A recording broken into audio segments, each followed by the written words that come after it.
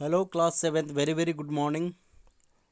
How are you all? I hope you all are doing well. So, in previous class in science, we were discussing about आप 112 page number देखेंगे 112. ठीक है, you see. In previous class, we were discussing about the physical weathering and chemical weathering. जिस तरह से soil का, किस तरह से मृदा का यहाँ पे कटाव होता है, मिट्टी का सॉरी वेदरिंग ऑफ रॉक्स होता है, किस तरह से चट्टानों को काट करके ये इस तरह से मिट्टी का फॉर्मेशन होता है ना। तो स्टेज 2 स्टेज 3 हमने पढ़ा था।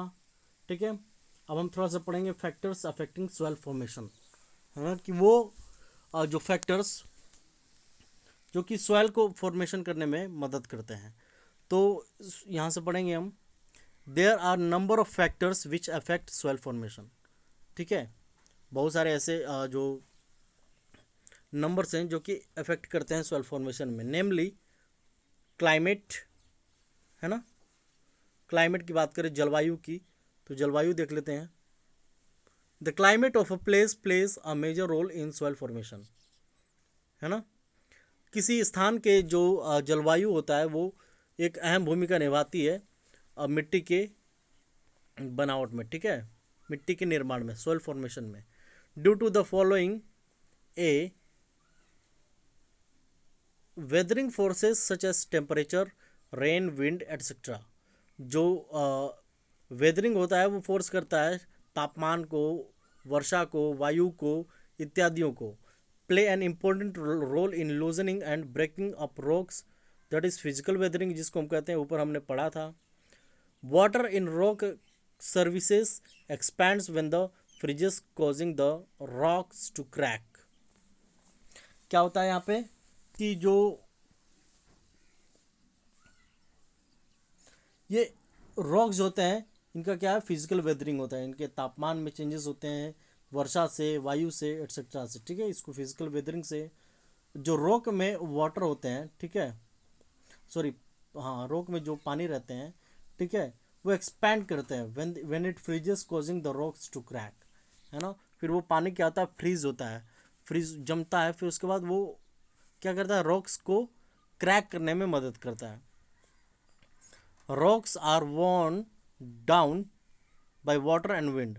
और रॉक्स क्या होता है, वाटर और विंड से क्या होता है, worn डाउन होता है। एंड ग्राउंड टू बाई ब्यूट and by the slow movement of glaciers. Climate also determines the spread of chemical reactions and thus controls the chemical weathering. इसलिए केमिकल वेदरिंग को कंट्रोल किया जाता है यहाँ से। ठीक है,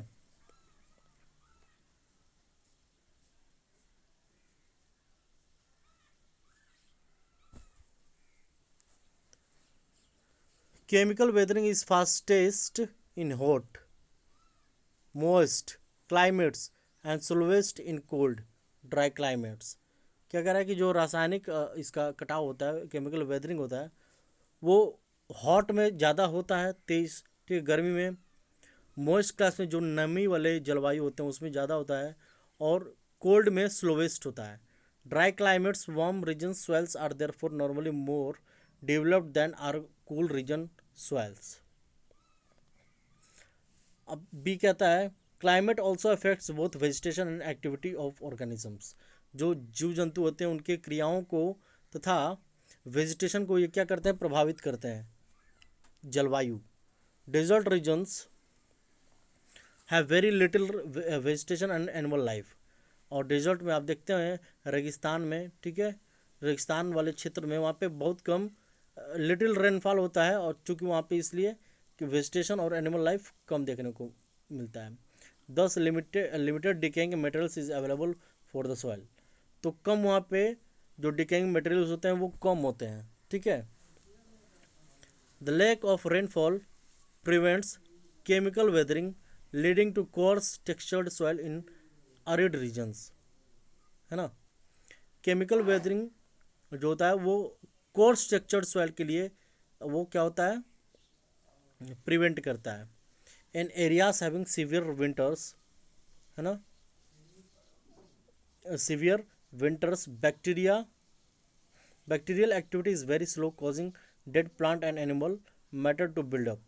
इन the warm and wet tropics on the other hand bacterial activity high, thoroughly decomposing leaf litter. कहता है जहाँ पे सीवियर विंटर्स होते हैं इस तरह के जगहों पे जो बैक्टीरियल एक्टिविटीज़ होता है वो स्लो हो जाता है, ठीक है। और यही बात होती है कि जो डेड प्लांट्स और एनिमल्स होते हैं वो बिल्डअप होते हैं। क्लियर है। और वार्म और वेट ट्रॉपिक्स में क्या होता है, वहीं दूसरी जगह देखा जाए तो बैक्टीरियल एक्टिविटी हाई होती है, ठीक है। इसका कारण होता है कि थ्रू कंपोजिंग लीफ लिटर। चलिए यहाँ बात करें characteristics of the parent rock की, है ना। Characteristics of parent rock, the decomposition of parent rock also determines the kind of soil formed. For example, if the parent rock is rich in calcium, the soil formation also by weathering would also be rich in calcium, ठीक है। तो parent rock इसे कहता है कि rock को ही देख के पता चल जाता है कि ये किस तरह की मिट्टी होगी, है ना। और चट्टान में कैल्शियम की मात्रा ज़्यादा है तो मिट्टी में भी कैल्शियम की मात्रा ज़्यादा होगी, ठीक है। और नेक्स्ट पॉइंट है slope of land. Hilly areas में देखा जाता है कि hilly area generally have a thin layer, और थिन लेयर ऑफ सॉइल क्या होता है, मिट्टी के जो होते हैं वो पतला परत होता है, क्योंकि रनिंग वाटर उसमें हमेशा ठीक है, क्योंकि वहाँ पे वाटर रनिंग करता है। Wind tend to take away the soil down slope on flat plains, soil remains relative undisturbed relating to the formation of a thick layer, है ना। तो इसका कारण ये है कि जो स्लोप से पानी ऊपर से आता है वो मिट्टी के कटाव को फ्लैट एरियाज में ले आता है, ठीक है, काट करके। तो यही कारण है कि वहाँ पे थिन लेयर होते हैं, ठीक है। और उसके जो अनडिस्टर्ब लीडिंग पॉइंट होते हैं, ठीक है, जो फ्लैट प्लेन्स उसको कहते हैं, वहाँ पे थिक लेयर बन जाता है, ठीक है बच्चों। तो in the next class we will discuss about the soil profile. I hope कितना आप लोगों को क्लियर हो गया होगा। So that's all for today's class. Thank you.